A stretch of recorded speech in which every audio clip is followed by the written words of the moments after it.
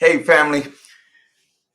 Me, Bishop John Selders here, and I am deeply honored and very excited to greet you once again in this virtual way, this platform where we have the ability to reach as many people as we do from across the state and this country, and even across the world. Do you know that we have people who are checking us out in places like Brazil and in the Caribbeans and in Europe? I'm getting emails and messages saying we're paying attention to what you're doing, and so I am deeply honored and absolutely excited and glad to have this opportunity in these formats in order to talk a little bit about what I think are maybe important conversations and with some fascinating people. And y'all, you all tell me if this is not going to be another one of those fascinating conversations with somebody that I think is very interesting. We got a couple of guests tonight, and so let me bring to you Lord Del Savio. And she is a staff person with this interesting organization, and we're going to have a conversation about ranked choice voting. I know you're like, yeah, I've heard about that, but what is that? What does it mean? Well, we're going to talk about it right here tonight. We're going to make a case for why I think it's an important conversation to be had and relevant to who we are. So help me greet. I'm going to invite Laura into the room and say hello. And would you talk a little bit about who you are and what you do with Connecticut voters first, and then we can chop it up a little bit about ranked choice voting. You bet. And thanks so much for having me. I really appreciate the opportunity to come on and talk to you. It's a real privilege. So I'm working with Connecticut Voters First. We are an organization dedicated to the advocacy for ranked choice voting in the state of Connecticut. And how I got here is sort of a long-winded story about somebody who was disenfranchised from politics originally and just kind of discovered the passion for it during the 2020 election cycle. And it hasn't waned. In fact, I wake up every morning smiling because of what I do now and what I feel like I really do. I started off as a career educator. I was a high school teacher for nearly 30 years.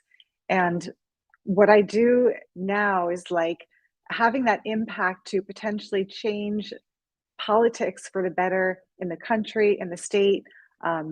It's just really exciting. It's a great time in our nation to start having these conversations, and I'm thrilled to be a part of it.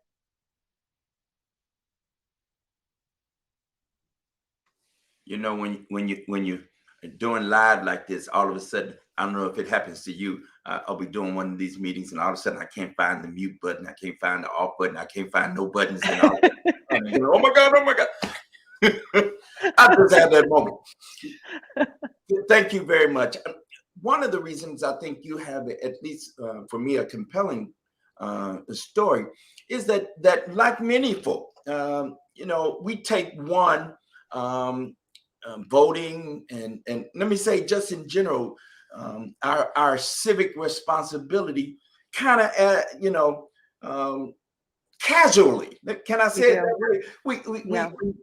We entered, especially here in Connecticut, the candidates start coming around and sniffing around and knocking on your door, leaving door hangers. I mean, there is a what I call there's a barrage.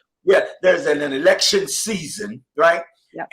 And then once the election happens, they go away. That's right. And they've done their job. That's right. They've done their jobs. It's a slice. It's just a short period of time, and then they vamoose. They go away. You hear maybe if there's some controversy brewing, but for the most part, in particular in our municipal elections and in our towns, it really goes away until it's time to get reelected. Right. And people fall asleep between. That's exactly right. And of course, here in Connecticut, it's a bit staggered. We have a 2-year cycle for our statewide offices for the legislature, while our state constitutional offices are voted for every 4 years. And then in the midst of all that, we get our presidential elections, right? So then there are these competing interests and competing elections, and so there's an election every so often, right? Yeah. And for you said, listen, after spending a career doing what you were passionate about, you got to kind of dip your toe in another area of passion, and discovered, I kind of like this, right? Right. And then got involved, hook, line, and sinker, and really left the other, work to the side. I mean, I'm sure you're still educating, right? You're still doing always, right? You're still educated, but certainly, I think that's a story, and a compelling story to talk about how you got involved in this work. So can you talk a little bit about what happened in 2020 that led you to doing the work that you're doing now? Well, actually, what really happened for me was that there was a big choice. There were something like, 20 candidates in the presidential primary in the Democratic side. I mean, there is an enormous opportunity to choose from among these candidates. And I found myself thinking that as a responsible citizen, it would be wrong for me to show up and not really know who these candidates were, and just to vote for the person who had the biggest headlines or who seemed to have the most momentum. And even though in Connecticut, we have our primary so late in the season that we don't really have much of an influence, still, it felt like it was important to do my research. So I did. And I actually kind of like Goldilocks, checked out a few different candidates, and I sort of dipped my toes into one, dipped my toes into another. And I thought, I like that one. I like that one. I like that one. And for me, it was a matter of what I really ended up connecting with was a platform that was focused on humanity, on people. It was a platform which to me, for the first time, sounded different from other politicians and sounded like it was like common sense. It didn't feel like it fit the Democratic Party perfectly. It didn't feel like it was not fitting the Democratic Party, but it just felt like it was a little bit different. And I think that really sparked an interest in me. The idea that politics didn't have to be exactly what we sort of predicted it would be nonstop, that a politician could be a little bit unusual, a little bit offbeat, and maybe that the right answers were lying in this non-traditional type of candidate. So that piqued my interest. But I think the real takeaway from this is that what sparked me was the choice, the variety. If we'd only had 3 candidates, I might have continued to have been very passive and thought, whatever, I'll get to the polls and I'll just, pick one. But the fact that we had so many, I was fascinated by those choices. And that's really what RCV is all about. It's about choice. So let's talk a little bit about uh, RCV, and its guiding principle. Let me just say this: that I like the idea of beginning to think about other ways we could do this process of electing candidates. I'm often too, making the choice, holding my nose, and selecting the lesser of the evils. Very common. I, and so because the choice is either this one or that one, right? And so I'm interested to think, what might it mean if good folk from a variety of different spaces and places and walks of life and with different backgrounds, if they were to get in some of the races, how might we then have a more intelligent, a more thoughtful, and maybe even a more imaginative conversation about what we the people would want to see in our cities and in our counties and in our state, and of course in this country. So I'm fascinated with this idea that there might be an opportunity for us to do that. So you're advocating for RCV, or ranked choice voting, here in Connecticut. What would that look like? So first, just to back up a little bit of a step in case anyone doesn't understand what ranked choice voting is. Essentially, you are ranking candidates 1, 2, 3, whatever the rules dictate, and you can pick your first choice candidate who may not be the most likely to win, but you really feel passionate about this candidate. You think this person really represents me and my values and my community. You can place that vote and then cast a second choice ballot for another candidate that that you like also, but maybe is not your first choice. So you're just ranking them 1, 2, 3, 4. We've done this since we were children, right? We rank our ice cream flavors. We rank everything in life. It's really not a hard process at all. People tend to overcomplicate it. It's very simple. Essentially, when we do that, we don't have to vote for the lesser of two evils, as you were saying, which I always hate that expression, because I feel like the people who are sitting in office, how does that ring to them, right? They feel like they were the lesser of two evils. There are some very, very good people in office, and I think that we should commend them for their service to their communities, to our state. But that's not the point. The point really is about people having a choice, and what does voting mean? And when we think about when we go to cast a ballot, if we walk in there and we only really have one choice because we don't like the other party, there's no way we're going to vote for that other party. So we walk in there, we really only have one choice. Maybe there are a couple of other candidates, an independent party candidate, a Green Party candidate, working families, maybe, although in Connecticut, they tend to just endorse others from the major parties. But you don't feel like that ballot, if you cast it for one of those other minor party candidates, would be worthwhile, correct? You're going to waste your vote, lose your opportunity to use your voice. So ranked choice voting allows us to walk into that voting booth and really be honest about how we feel about the representatives on the ballot in front of us. And that's the greatest feature of it. So the original question, I think, was going back to, what does it look like in Connecticut if we were to implement what we at Connecticut Voters First are really hoping to pass? There are 3 parts to the bill that we are in support of. The first part is for presidential primaries, where typically you have a large number of candidates on the ballot. So being able to express a preference, a true preference of how you feel about these candidates, is very valuable. As to what the parties would do with that information, they can choose to proportionally allocate their delegates, or they can choose to just take the top front runner after the primary. It's an option, but you have that ballot, so now the parties actually do have that option. We also propose using it in federal elections, so for US House and US Senate.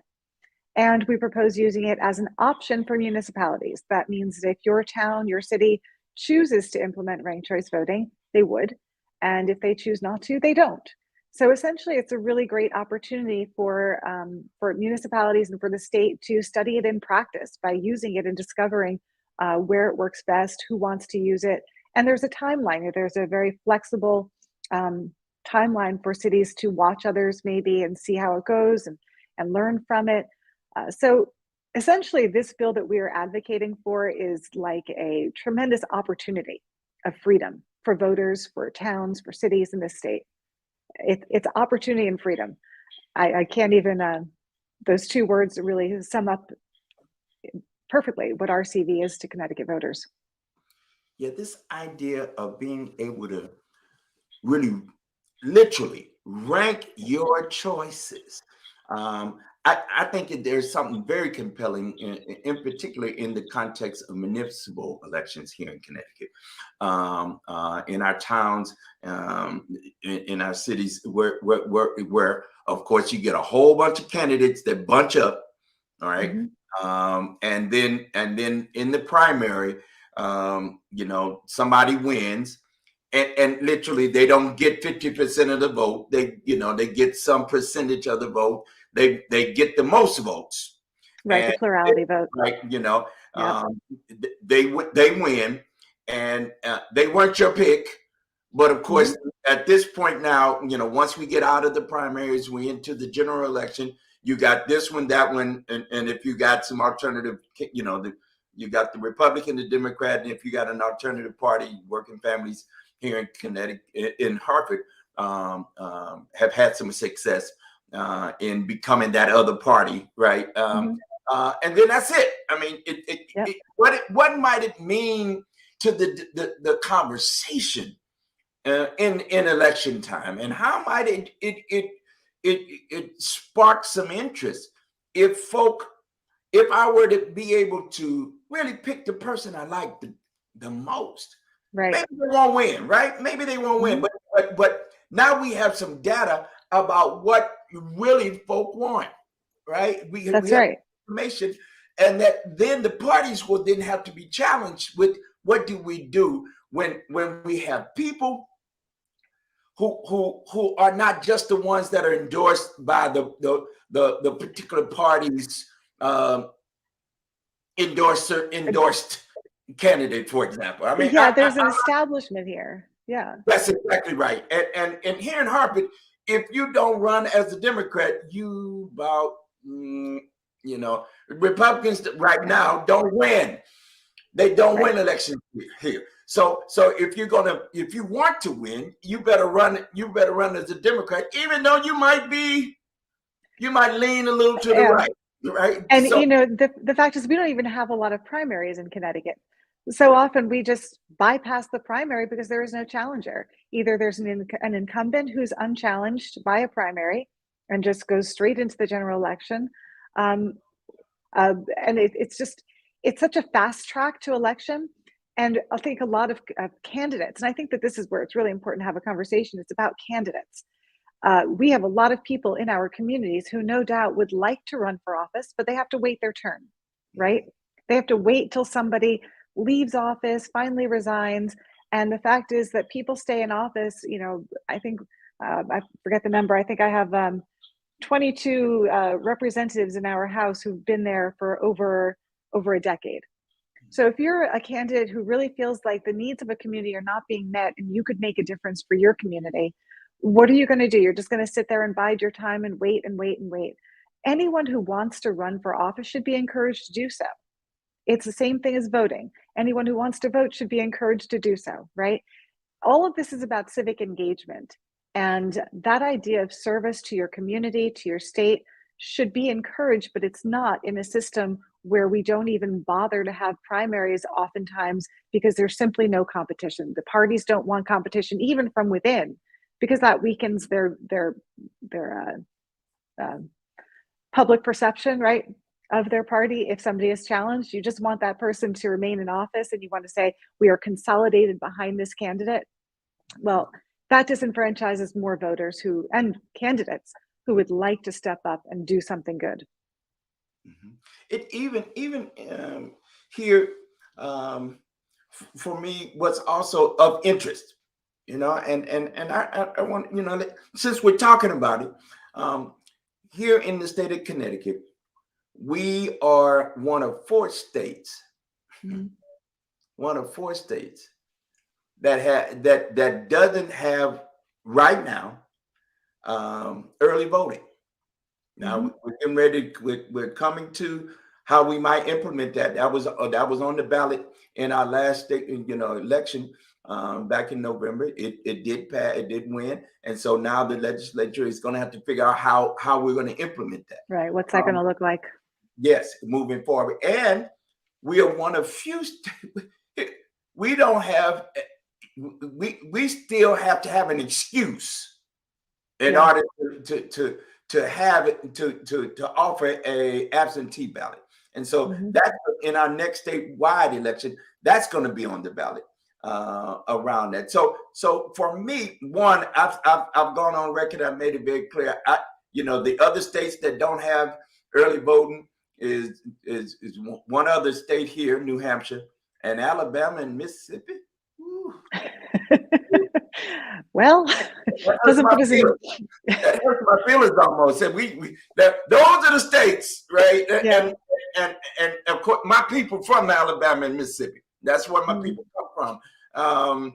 But with their voting history and their voting rights struggles in both Mississippi and Alabama, come on, Connecticut, we can come on into the 21st century and make a difference in the way the vote is accessed. And that's what we're talking about, I believe, in this conversation around ranked choice voting is actually access.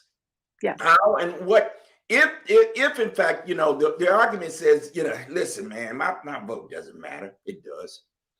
But I hear it all the time. I hear it, how they, I think if in fact you were able to cast your vote for and literally say, this is the one I like the best. That's the one. Right, my first choice, second choice. This one right here, number 2 and number 3. Okay, number 4, number 5. This last one, okay. If I just had to, that's my last choice. And now, if in fact my so say for example, my number 1 is not up top, right?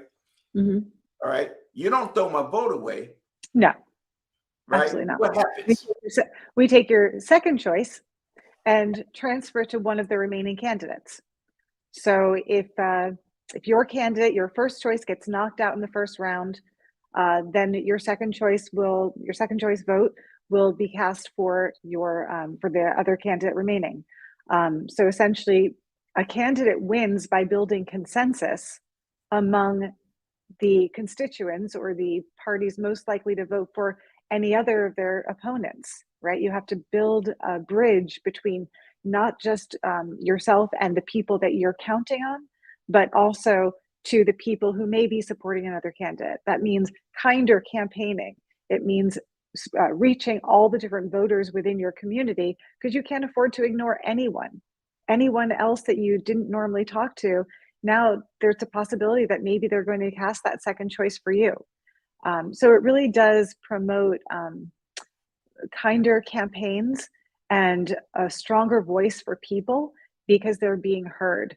I read a comment by Representative Reyes, I think it was recently, where he was talking about how he was talking about the Connecticut Voting Rights Act, and he was saying that at the foundation of democracy is this idea that we engage our voters, right?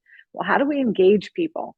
We engage them by giving them inspiring options. We engage them by saying, if you show up, you have a real chance to make a difference. And our current elections don't really say that. Right.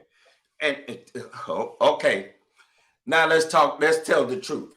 While we as New Englanders would like to think that we were so enlightened, as far as voting and in other things are concerned, quite frankly, Connecticut has been one of the most restrictive in the country historically around voting. I mean, so just so y'all don't get all all high lifted up. Here in Connecticut, we passed the very first requirements around a quote literacy test. Yes. That remained in practice here in Connecticut until the Federal Voting Rights Act outlawed any of that practice in the 1964 first, or actually the second Voting Rights Act that was passed in the federal context. So don't get all high and lifted up, Yankees. This is true. And for us to still not have what I think, everybody else is doing, early voting, and this idea that somehow or another, cheating and voting irregularities will be more exposed if we just have early voting and no excuse absentee ballot voting, is some hogwash. I mean, it's a way to say we don't want to come into the 21st century. We don't want to allow for the greatest access of the vote to people who are eligible to vote. I am dismayed every voting season when I think about places like Bridgeport and Hartford and Waterbury and New London and New Haven, who have these predominantly Black and brown cities. These are chocolate cities. The vast majority of those who reside in those cities are of color. But they are not the people who vote by and large in large numbers.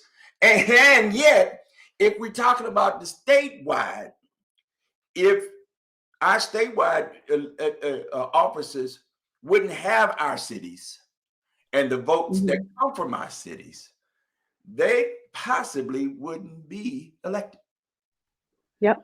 So why not add, strength to strength in that regard? It seems like to me to be a no-brainer in relationship to what it means actually to extend and broaden the access to the vote. Why wouldn't we want to do that? Why wouldn't we? Well, I agree with you. We shouldn't want to.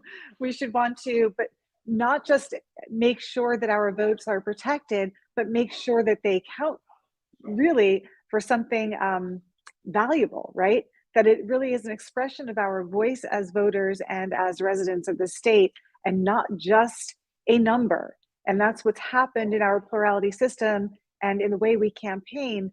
Every voter is just a number. We're part of a strategy, a chessboard that's being used to win elections. And there's really very little accountability. The more and more you move towards a one-party state, which Connecticut is a one-party state at this point, the more the voters lose.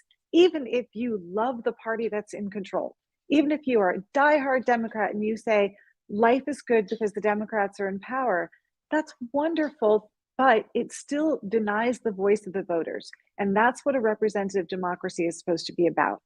What it does is you just end up taking all the power away from the very people who are supposed to be determining elections and accountability, using their voice as an accountability on our representation. Well, Lord, thank you. I think we're gonna have more of these kinds of conversations around ranked choice voting. I see our brother has joined us, so I'm gonna bring him into the room and we can continue to talk about it all. The Reverend Teran Loeppke, he is with Common Cause Connecticut. He is joining us tonight. Hey, brother. Hey, Teran. Hi, Laura. Nice to see you. How are you, Bishop Selders?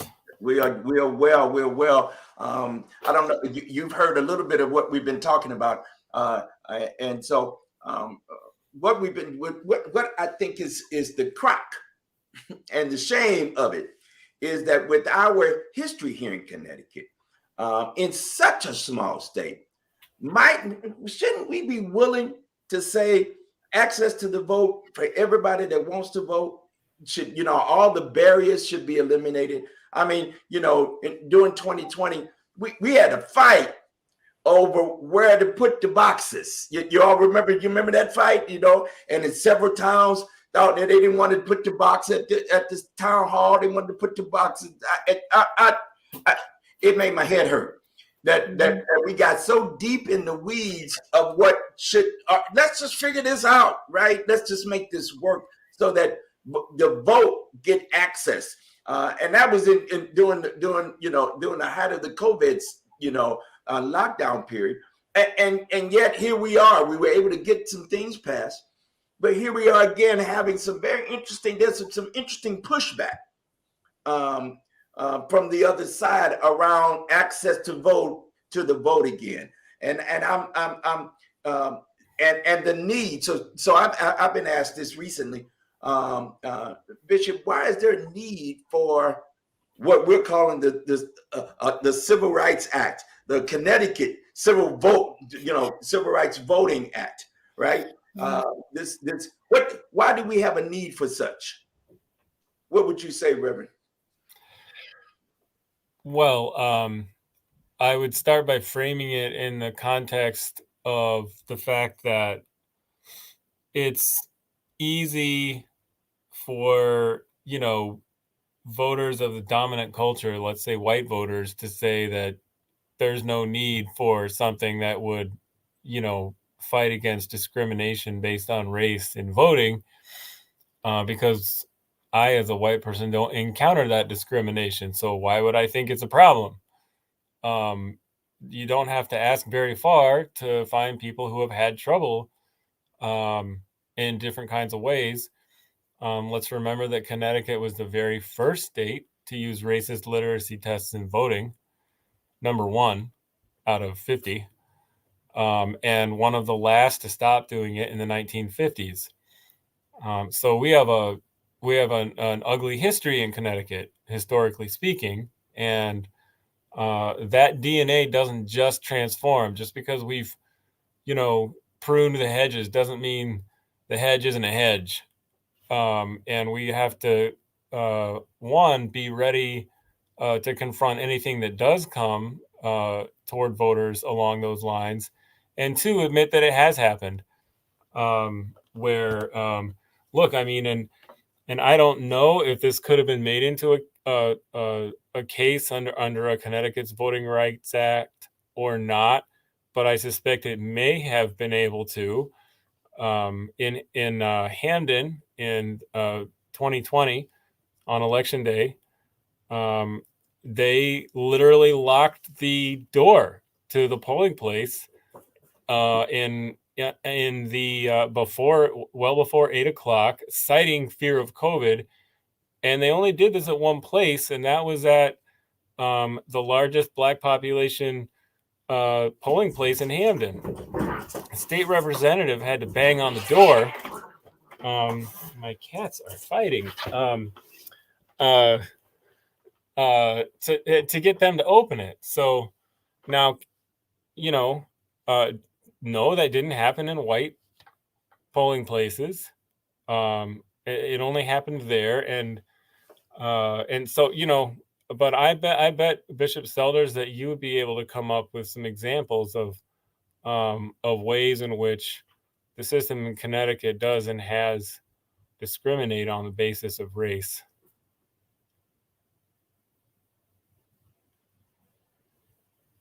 Absolutely, I do. I think fear and intimidation it lives and looms large in some of our, especially again, and I'll say again, for me, I think this conversation about voting rights, and in particular ranked choice voting, has a particular ring to it when it comes to very, very local elections. Because it is in the context of those very, very local elections, things that are certainly important to me, like police accountability and school board and education. That happens at the very, very local level, right? Those are things we have said in our brand of democracy, that those should be. Those who live in these places and spaces ought to have the voice, right, and the vote, to make decisions about who represents them and who sets those policies, who set those budget allocations, et cetera, et cetera, et cetera. And what I find, however, is that doesn't happen. We are left to folk who have aligned themselves not necessarily with the folk who are local, who are in the town, who are in the city, but they have aligned themselves with other interests. Mm-hmm. Yeah. In the name of we want progress. Here's a simple question I've asked in here in Hartford. When it comes to the change you want to believe in, which is some of what was during some of anyway our last municipal election, I asked the question: have you felt the change in your neighborhood? Has anything changed with your vote? You voting for the folk you voted for? Do you experience the difference? Now, there's some difference happening downtown. There's some differences happening on special projects that have nothing to do with the neighborhood that you and I live in. And of course, folk get quiet and, they start looking up in the sky, looking down, and the response or reaction to that is not quite met with the same passion as we should elect this one because they're the change and we can, Yeah, I think, a lot of this is we're not able to really talk anymore. At this point, elections are war. It's one side versus the other, and it's not about one solution over another. It's not about one idea over another that might prevail in a community about being the better idea or the better solution. We've gotten so locked into this thing where our elections have been just turned into some mechanical opportunity to win a power, and the people are losing, and they're losing fast. And that's why I think we really need to make a lot of changes. And the Connecticut Voting Rights Act is a tremendous opportunity to make sure that everybody is able to cast their ballot and protect it, right? That right is protected. But you've got to take that one step further, because you're not going to stand at McDonald's online if they don't have any fries, right? So we want to make sure that when you go to those polls, there's actually a choice there. There's actually an opportunity to speak your mind, to choose somebody who's going to align with your values, who's going to provide you the solutions that you need, and hopefully somebody who's going to be less interested in the national battle between parties and more interested in the local issues that we need to solve. I think, if the truth be told, if we were to turn our attention in the way we're suggesting tonight, it would allow for us to actually get to the bottom of some of what's really, really, really funky and wrong with our system. To be able to ask questions. Here's another pet peeve of mine anyway. When you ask questions of our civic leaders and authorities, how many this or that, and what are the processes for blah blah blah blah, whatever they are. Have you noticed? Is it just me, or have you noticed they talk in circles and never answer your question? In many instances, when they full well know what the real answers are, they're not willing to talk about it because it might then put them on blast and might mess up their influence flow and quite frankly their bottom line dollar in relationship to support of their campaigns or their other particular interest. I'll say it like that. I'm really being nice tonight, and I'm really not trying to talk like I really talk. But for the purpose of having these conversations, I think the fear, the deception, the obstructions, the intimidations, and the tactics that are used.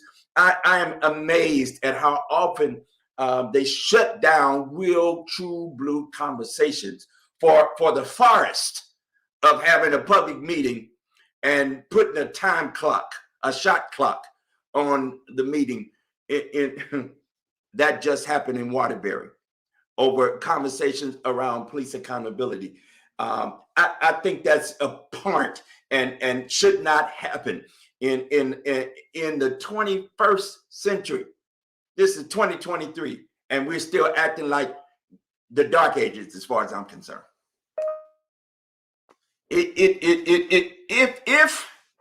So let's this week at the state capitol, there's some important conversations happening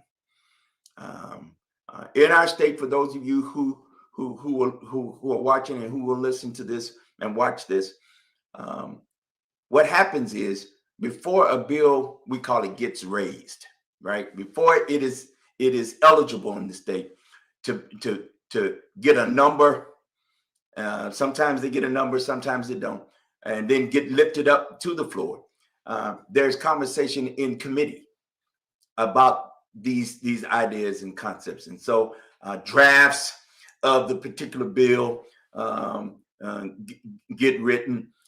Sometimes we've had some influence and some say in getting those drafts written, and then there's hotly contested debate. And there's a period of time here in Connecticut where, and we're entering into it this week, right? Where these hearings are open to the public. So can each of you talk about, in the Voting Rights Act, and then Laura, in the case of ranked choice voting, who's having those conversations? What committees are going to be open for hearings, and what the conversation you anticipate might be? Reverend Teran, why don't we start with you? Okay, well, sure thing, bishops, elders. So this week, what we're looking at, so the committee that handles voting issues for the state government is called the Government Administration and Elections Committee, otherwise known as GAE. And they, this week, after a lot of work over a long time on the part of people in neighborhoods and activists, and also, people who are closer to the government and electeds themselves, they're going to have a hearing about plans to bring early voting to folks' neighborhoods in time for the municipal elections. Because let's not forget, last November 8th, Connecticut pop quiz. What number of state were we to, in terms of 1 through 50, to allow early voting?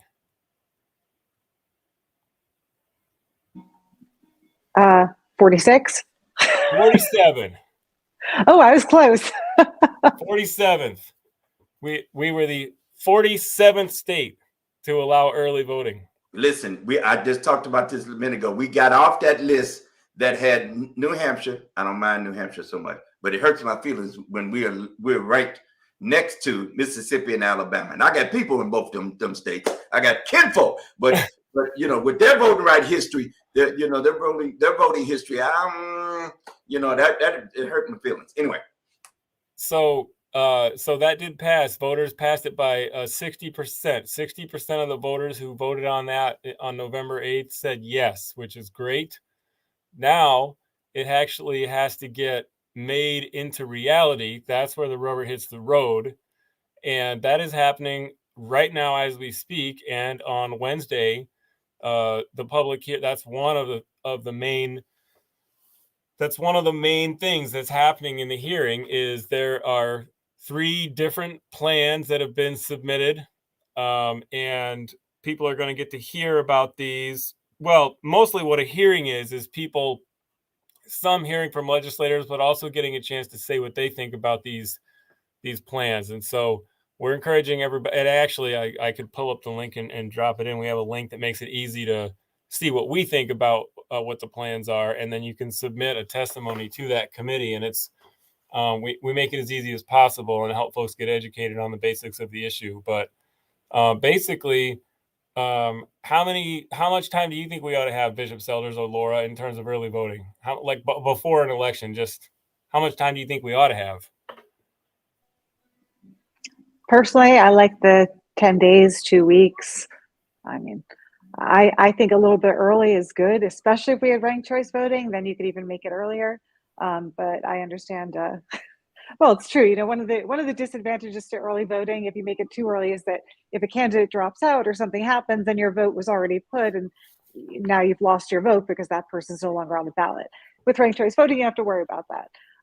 But I do think that a slightly longer period of time between the 10 days and 2 weeks would make sense. Yeah, 2 weeks sounds good to me, and the weekends better be open and open for business. I mean, Well, this is an opportunity, right? Yeah, well, and that is where that's where the flat tire becomes really obvious on the when the rubber's hitting the road, is because we can say 2 weeks, including nights and weekends, but if the city of Hartford only has one location where you can go to cast an early voting ballot, because they have put no money into funding any kind of infrastructure or extra hours, or the state is putting up no money in the face of this giant surplus we're in. We're making sure to bond lock, right, and lock down money for collateral for bonds and all of this kind of thing, but nobody's put a single hot dollar up for early voting yet. Okay. And I think when you get involved in this, you start to understand all of the mechanics of the behind the scenes of voting that you never even thought you wanted to know about.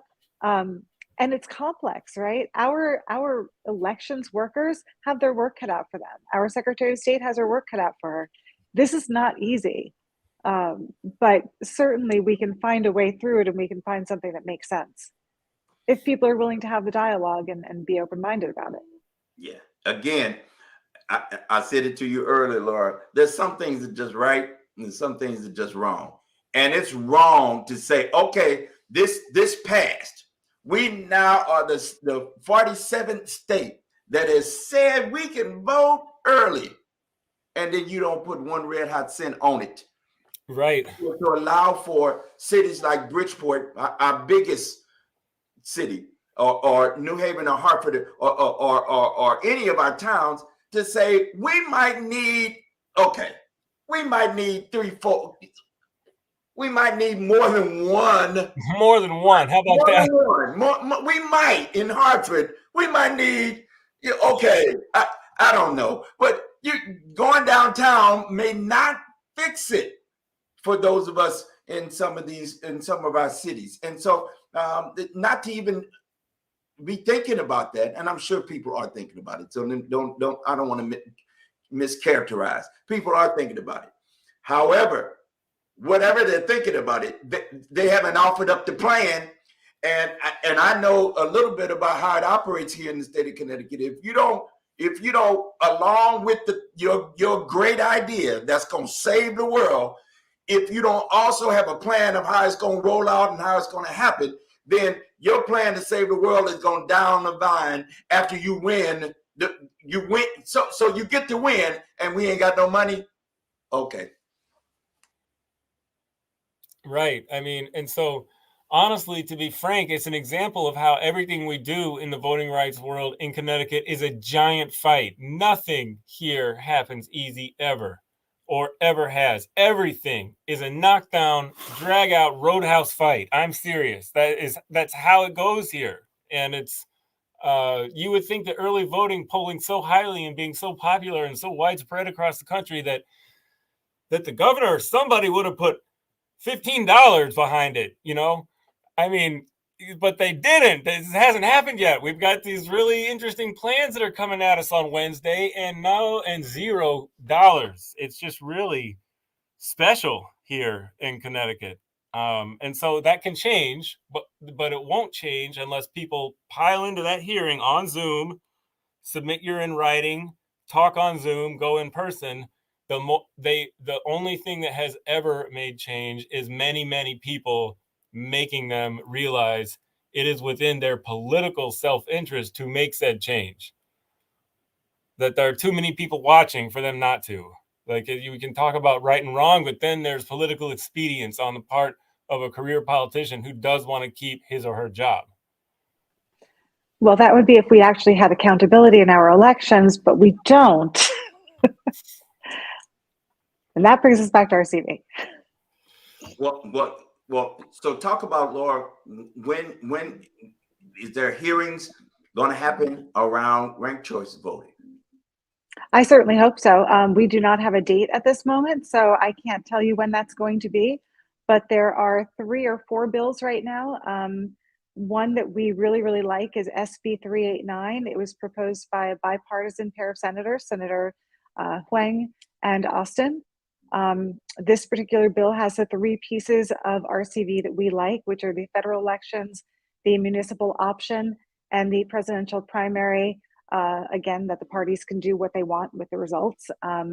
So that bill has those pieces. We've worked really carefully to craft a bill that also provides a timeline that the Secretary of State can watch, and a couple of different tiered implementation dates with built in a potential for a committee to advise her on the feasibility, make sure that we are able to do it, but not an eternal timeline. But that said, even if the timeline has an end date, I forget what the last year that it would be, like maybe 2025 or 2027, whatever it is, doesn't really make a difference, because in the end, how these things are used is really determined by the people or the parties. So in the primaries, the parties would choose how to use those results. And in the municipal elections, the towns would decide when they wanted to implement it. There's no timeline for that, just when the Secretary of State would be able to implement it. But every town could make their own decision about whether and when they choose it.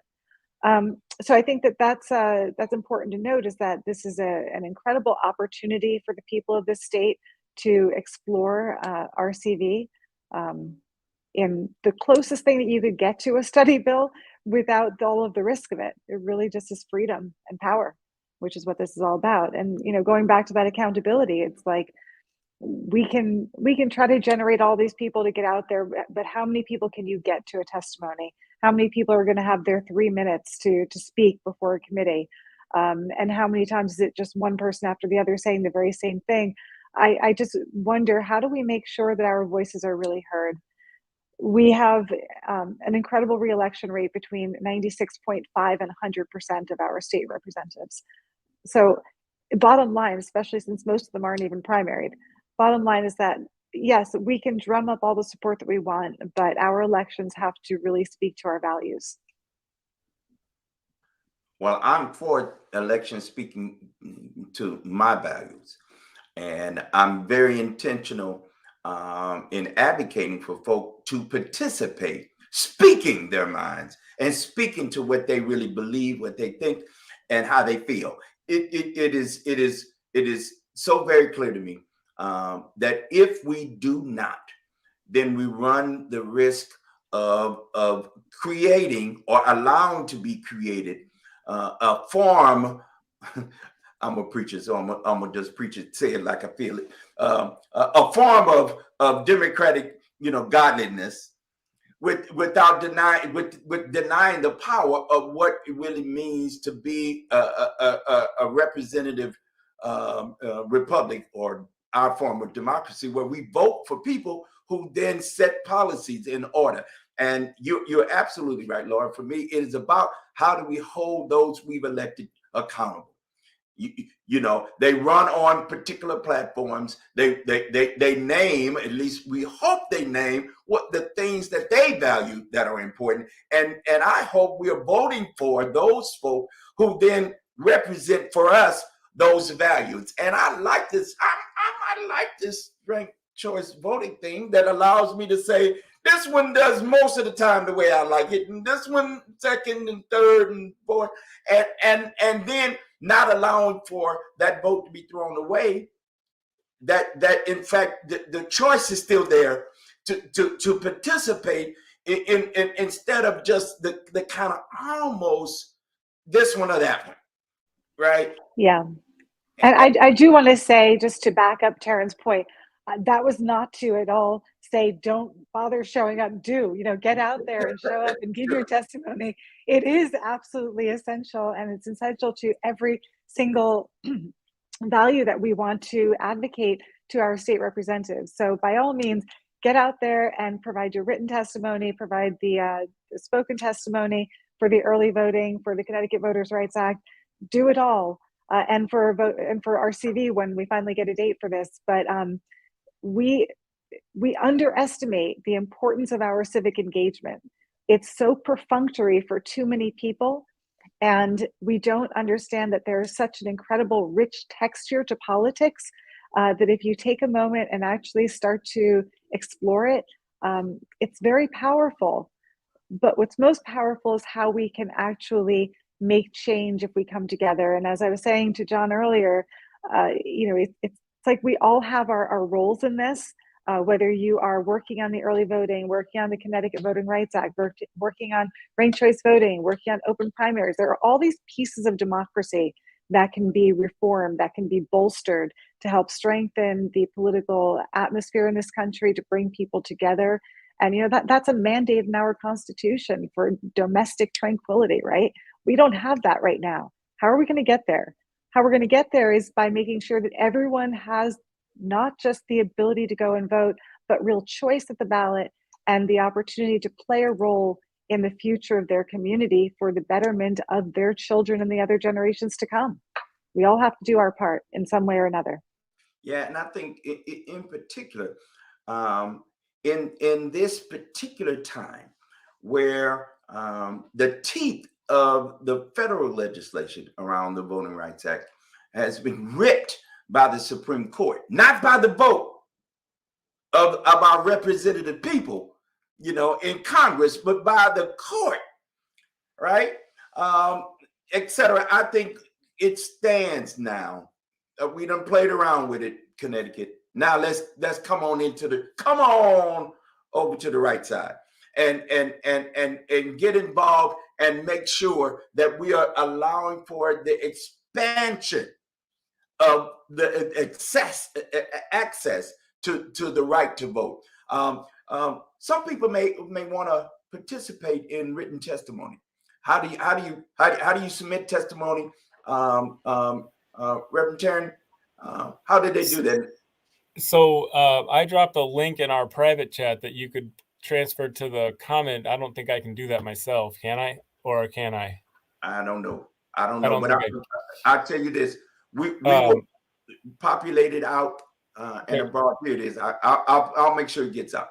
So it's that link makes it very easy. On Wednesday, the only things that are in the hearing are early voting implementation, right? And we have sample testimony at that link that you can download right to your download folder, and then you can edit it and change it for yourself. And then also at that link is an easy button to click to attach that testimony to an email that will already pre-populate right to the committee clerk or the person that needs to receive it. And so those things are right at that link. Try to make it as easy as possible. There's also a button on that link to sign up to speak on Zoom or in person. That's the same link. So those, you can do all that right at that link. And the way you do it is you just send your testimony to the clerk.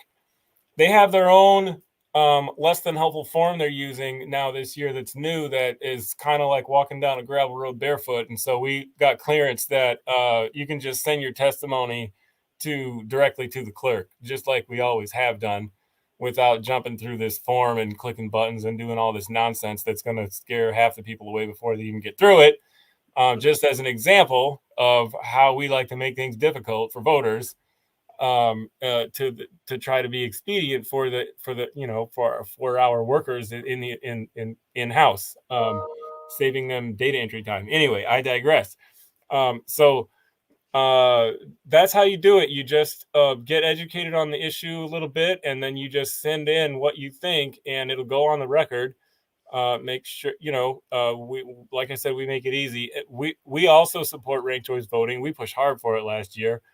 And when that hearing comes up, we'll be putting out ways to submit testimony on that. The Connecticut Voting Rights Act is not up for a hearing on Wednesday. It's only early voting and no excuse absentee voting. No excuse absentee voting, that's where you can use an absentee ballot without having to provide an excuse, and we haven't touched on that. Who thought of the idea that you had to have an excuse to use? I mean, where did that come from? Probably schools. I mean, right? Am I late for school? Like with the whole, like what's the mentality here? It's the dog ate my homework. Can I vote online? I mean, Early. like we have this clampdown. We have this spirit of voter suppression in Connecticut that runs very, very deep and is unnamed by most people. We're so used to not having access to the ballot that we don't even think about it. It's part of the national battle. It's become one of the things that's used from one party against the other party, and it's part of that toolkit of voter warfare, of that chess game that they play with us in elections. Yeah, and boy, y'all want me to start on another hour of this show when we start talking about what happens in our national context. Because I'm gonna just say it here so that I'm very clear. I don't quite know how you can win the popular vote but lose the election. I'm gonna just skip over that. But if we're talking about a representative republic where we're voting as people, the popular vote doesn't mean anything. I know what what our they're not my founding fathers. Let me just say that right here. Those white dudes who were powerful, rich dudes that made the decision that black people were 3/5 human, but Didn't that start here, Bishop? Didn't that idea start in Connecticut? Yes, it did. So yes, it did. We've had those conversations. I'm clear that when it comes to voting, again, for me, this is a no-brainer, and yet, quite frankly, it's hotly contested. There's an incredible amount of pushback. Or wait a minute, slow your roll. I then go back in history with Dr. King when in his letter from a Birmingham jail was in response to other religious leaders who said, Reverend King, you're just going too fast. We're going to get this right in Birmingham after a while, but you're just pushing us too hard, too fast. And his response is, we're in a mutual, we're bound together. I'm paraphrasing. We're bound together in a mutual garment of destiny.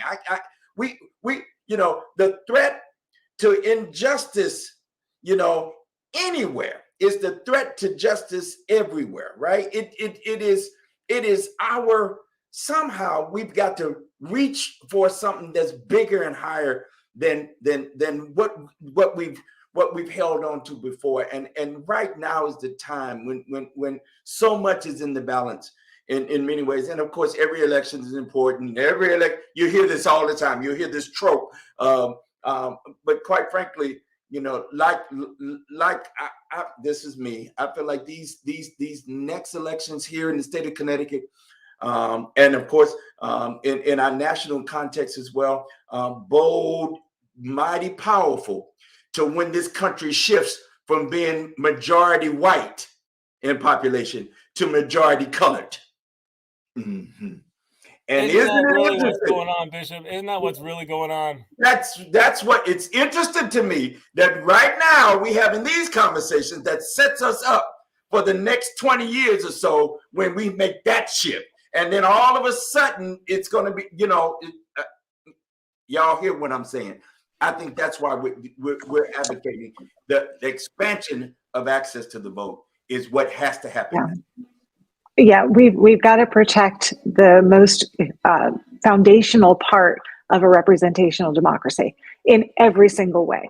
We need to be as diligent about protecting it as the system has about controlling it, right? And that means finding every way, every angle that it's being used against the average person to have their voice heard and to root out those problems and to fix them with something sensible and reasonable, empowering to people, empowering. I think that's well said, Sister Laura, well said. We done reached time. Y'all done got me all fired up. Just at the end, I done got good. Listen, can I say again how I appreciate you both, Reverend Teran. You've been a partner and a colleague and a friend, and I appreciate you very much. Every time I call, you say, "Okay, let me see," and you come through all the time. Laura, we've just met not long ago. I think we got a run of it, though. I think we're gonna do all right after a while. Absolutely. And for those who've been listening, thank you. For those who will watch this, I think I would invite you to consider what it means, not for now, and for what our future looks like. If we don't move and act today, what this country, what our state, and what our towns will look like if we don't do what's right around the vote. And so that's my advocacy is let's get it right now. Let's fix it. And I love this idea of the possibility of ranked choice voting, and that we don't have to be held into it. We can do a little jazz. How about that? Amen.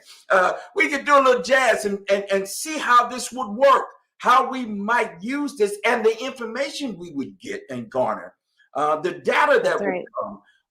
If we would install this as at least one way of us expanding the access to the vote, we might be into something. And then, of course, as Connecticut would like to be, and towards it in some ways, we can be a leader. We can be a leader in this thing. All right. Appreciate you very much. Thank you. Thanks so much for having me. You're welcome. We're going to say goodnight. This ain't going to be the last time. We're going to be at this conversation again during this session here in the state of Connecticut. It's session time. We are in session. And so we're going to be at conversations around what's happening in the capital city and at our capital, the seat of power in the state of Connecticut. Thank you again, Lord. Thank you, Brother Teran, for joining us. We'll see y'all again next week. Peace. Thanks.